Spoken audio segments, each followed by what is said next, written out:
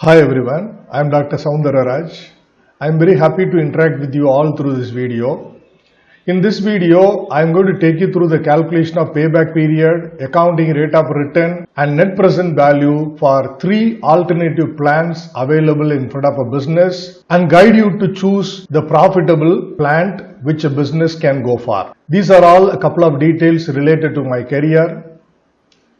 After you watch the full video, if you find the video useful to you, give a like to the video and kindly subscribe my YouTube channel and enable the notification so that you will get the notifications of my new videos on commerce and management topics. Let's get into the problem. One plant of a company is doing poorly and is being considered for replacement. Three mutually exclusive plans X, Y and Z have been proposed. The plans are expected to cost 1 lakh rupees each and have an estimated life of 5 years, 4 years and 3 years respectively and have no salvage value at the end of their lifetime. The company's required rate of return is 10% per annum. The anticipated cash flows after tax for the three plans are as follows. Therefore, we are given with the cash inflows from the plans in their lifetime. Each plan is costing 1 lakh rupees. From among the three plans available in front of the business, we can recommend only one plan because they are mutually exclusive plans. These are all the cash inflows of the plans presented. Number 1. Ran the proposals applying the methods of payback, accounting rate of return and net present value. Number 2. What would be the profitability index if the IRR equal the return on investment? Sub question of 2. What is the significance of a profitability index less than 1? Third question, recommend the project to be adopted and give your reasons. Now let us straight away calculate the payback period for the projects. Since the cash inflows are not uniform, the cumulative cash inflows are to be ascertained to determine payback period of the plans. Let's look at the calculations of cumulative cash inflows followed by the calculation of a payback period for the three plans. Now cash inflows of the three plans are presented in these three columns. Now cumulative cash inflows are presented here. Now with regard to X, the first year cash inflow is 25,000. So its cumulative cash inflow is also 25,000 till the end of first year. Second year cash inflow is 25,000. So the cumulative cash inflow of plant X till second year becomes 25 plus 25, 50,000 rupees. Then third year cash inflow is 25,000 for plant X. Cumulative cash inflow of the same plant till the end of third year comes to 75,000.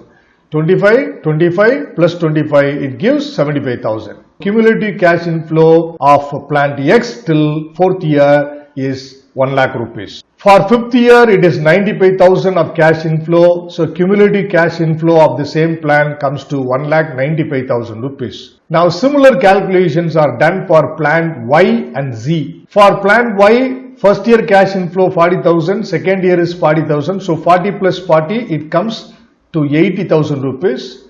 80,000 plus 40,000, it gives us 1,20,000 till the end of third year. Fourth year cash inflow is 15,000. 1,20,000 plus 15,000, it gives us a cumulative cash inflow till the end of fourth year as 1,35,000. Then with regard to plan Z, cash inflow for first year 50,000, second year 50,000. So till the end of 2 years, the cumulative cash inflow of plan Z comes to 1 lakh. Then cash inflow for the third year is 5,000. So 1 lakh plus 5,000, it gives us 1,05,000 cumulative cash inflow till the end of third year for plan Z. Now let us calculate the payback period for the three plans. The investment required for each plant is 1 lakh rupees. The investment of 1 lakh rupees is recovered in 4 years for plant X. Now look at it. Till the end of fourth year, we are able to recover 1 lakh rupees of the investment through plant X. Therefore, 4 years is a payback period of plant X. Plant Y has given us back 80,000 rupees till the end of second year. We need to recover 20,000 rupees more in the third year. In the third year, plant Y gives us 40,000 rupees of cash inflow. Keep that in mind. Now look at the calculation. To earn 20,000 rupees in the third year, time required is what? 12 months divided by 40,000 into 20,000. The 40,000 is the cash inflow of plant Y in the third year. This 20,000 is the balance of investment to be recovered for plant Y in the third year. So it comes to 6 months. So total payback period for plant Y is nothing but 2 years and 6 months. Now plant Z, the investment of 1 lakh is recovered within 2 years. See the cumulative cash inflow of plant Z till the end of the second year, it comes to 1 lakh. Therefore, its payback period is 2 years. So whatever the payback period for these plants, for X it is 4 years, for Y it is 2 years and 6 months, for Z it is 2 years. Now computation of the accounting rate of return or average rate of return. ARR is equal to average profit after tax, that's nothing but after depreciation as well. But in the problem we are given with the cash inflow, therefore we need to calculate the average accounting profit from the given data. The formula for average rate of return is average profit after depreciation and tax divided by average investment into 100. Let us first calculate the average annual profit after tax for the projects. The average cash inflow minus depreciation will give us average accounting profit for each projects. Now plant X, 25,000 is a first year cash inflow, second year cash inflow 25,000, third year 25,000, fourth year 25,000, fifth year cash inflow 95,000. Total them together and divide the same by the economic life of the plant. The resultant figure will be subtracted with the amount of depreciation for every year. What is the total value of the plant X? 1 lakh rupees divided by its lifetime 5 years. It will give us 20,000 rupees annual depreciation, and that is what done here. The annual average cash inflow of plant X is 39,000 minus the depreciation of the same plant for 1 year 20,000. Therefore, annual accounting profit of X comes to 19,000. Then we calculate the annual accounting profit of plant Y. The average of cash inflow of plant Y is calculated by totaling the cash inflows of the plant for the 4 years and divide the same by its economic life 4 years. Minus 1 lakh rupees is the investment on the project, divide the same by its lifetime 4 years. So the depreciation per annum comes to 25,000 rupees and the average cash inflow of plant Y comes to 33,750. Now 8,750 is nothing but the annual average accounting profit of plant Y. Now plant Z, the average cash inflows for the 3 years comes to 35,000. You total the cash inflows for the 3 years and divide it by the lifetime of the project 3, it gives us 35,000 average cash inflow. Then the depreciation of the plant 1 lakh rupees investment divided by its economic life 3. So per year the depreciation of plant Z comes to 33,333. So the excess of cash inflow 1,667 is nothing but annual average profit of plant Z. Let us calculate the average investment for all the projects. Original investment divided by 2 will give you average investment. Since the original investment is 1 lakh rupees for all the projects, we can apply the same average investment amount for the calculation of ARR for all the 3 plants. So 1 lakh divided by 2 gives us 50,000 rupees average investment, which is going to be the same for all the 3 plants. Now let's calculate ARR for the plant separately. Plant X, 19,000 annual accounting profit divided by average investment 50,000 into 100 gives us 38%. Look at the 19,000 rupees. This is the annual average accounting profit of plant X. Then for plant Y, the annual average accounting profit 8,750 divided by average investment 50,000 into 100 gives us 17.5%.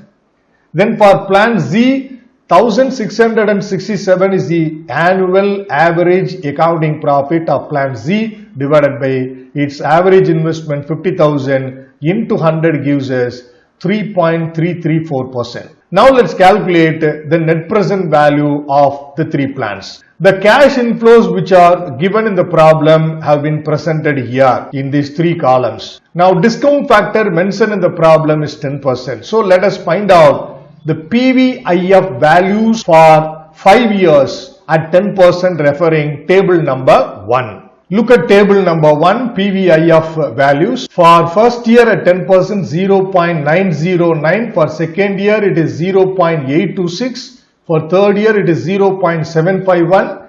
For fourth year, it is 0.683. For fifth year, it is 0.621. Those PVIF values have been picked up from the PVIF table and presented here in this column. Now let us calculate the present value of cash inflows for each plant separately. Now with regard to plant X, first year cash inflow 25,000 into PVIF factor for first year 0.909 gives us 22,725. Second year 25,000 cash inflow into 0.826 gives us 20,650.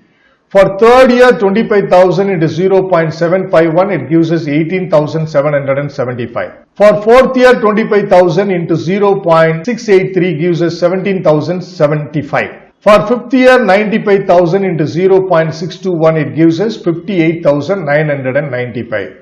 The total present value of cash inflows for plant X comes to 1,38,220. You deduct the cash outflow on the project, which is nothing but its investment, 1 lakh rupees, so that you get 38,220 as the net present value of plant X. Then for plant Y, cash inflow for first year 40,000 into 0.909 gives us 36,360.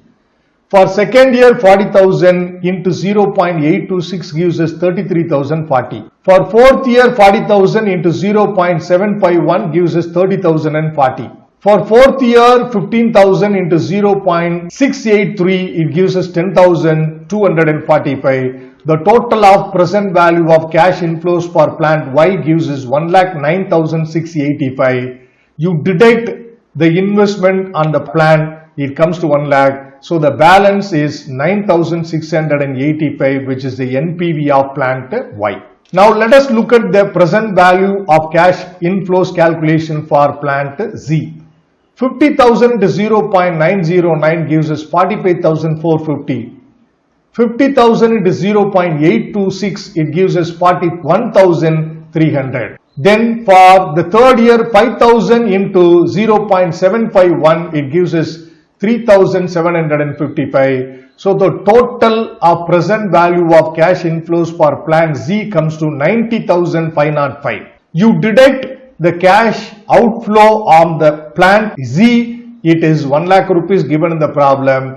Therefore, NPV is minus 9,495. This is negative NPV. Now let us rank the projects according to the three methods we have utilized in the problem. According to payback period, plant X gets third place, plant Y gets second place, plant Z gets first place. That means the payback period of plant Z is shorter than that of plant Y and plant X. Look at the payback periods of the three plants which we have already calculated. For X it comes to 4 years, for Y it comes to 2 years and 6 months, for Z it comes to 2 years. Therefore, Z gets rank 1, Y gets rank 2, X gets rank 3, and that is what mentioned here. Look at the ranks again. Now as per ARR method, X has got first rank, it would have got the higher average return on average investment. Then Y has got second rank, it would have got a bit lesser than that of X, and the lowest accounting rate of return is related with the plan Z. That is why it has got third rank with regard to accounting or average rate of return method. Then with regard to NPV, X gets first rank, Y gets second rank, and there is no rank for Z because it has got negative NPV. The ranking as per NPV method is given based on the higher positive net present values. In that way, X has got 38,220, that is why it is given with the rank 1. Y has got just 9,685, that is why it has got second rank. And Z doesn't get any rank at all because it has to be summarily rejected due to its negative net present value. Now let us answer the second question. We have answered first question through this calculation. Second question. The profitability index would be 1 if IRR is equal to the required return on investment. The significance of a profitability index less than 1 is that the NPV of the project is negative and the project should not be undertaken. So for a project, if the profitability index is less than 1, the project has to be summarily rejected. For a project, if the profitability index is 1, its discount rate is straightly equal to IRR, and that is what you learn from this. The same I have explained in my other videos on capital budgeting. And now which project has to be recommended? Looking at the results of the 3 methods for the 3 plans that are available in front of the company. Now looking at the rankings the plans have got, you can strongly recommend plant X, which scores first rank in ARR and first rank in NPV, more specifically based on profitability. NPV is the base for deciding which plant or which project is to be preferred. So in this regard, plant X has got the first rank as per NPV method. Therefore, for sure you can recommend plant X as a profitable project to the company. I hope I have done my lecture up to your level of satisfaction. I recommend to you to watch the videos for at least 3 times to understand the calculations of payback period, accounting rate of return and NPV. Thanks for watching this video. I will meet you in another video. Bye for now.